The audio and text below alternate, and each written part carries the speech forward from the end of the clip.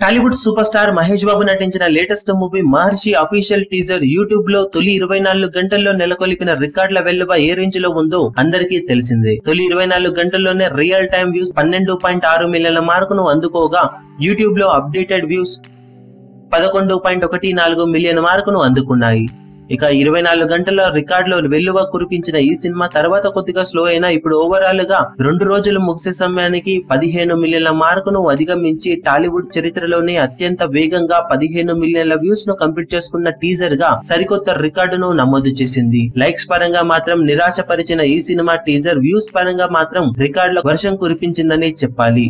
ఇప్పుడే ఇలా ఉంటే సినిమా రిలీజ్ అయిన తర్వాత బాక్సాఫీస్ రికార్డులు ఏ రేంజ్ లో ఉంటాయనేది ఆసక్తికరంగా మారింది.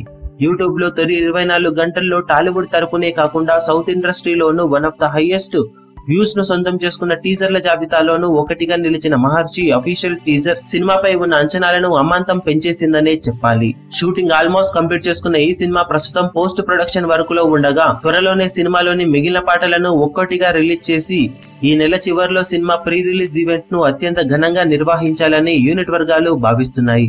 ఇక ప్రేక్షకుల ముందుకు మహర్షి సినిమా మే 9న భారీ ఎత్తున రిలీజ్ కి సిద్ధమవుతున్న విషయం తెలిసిందే.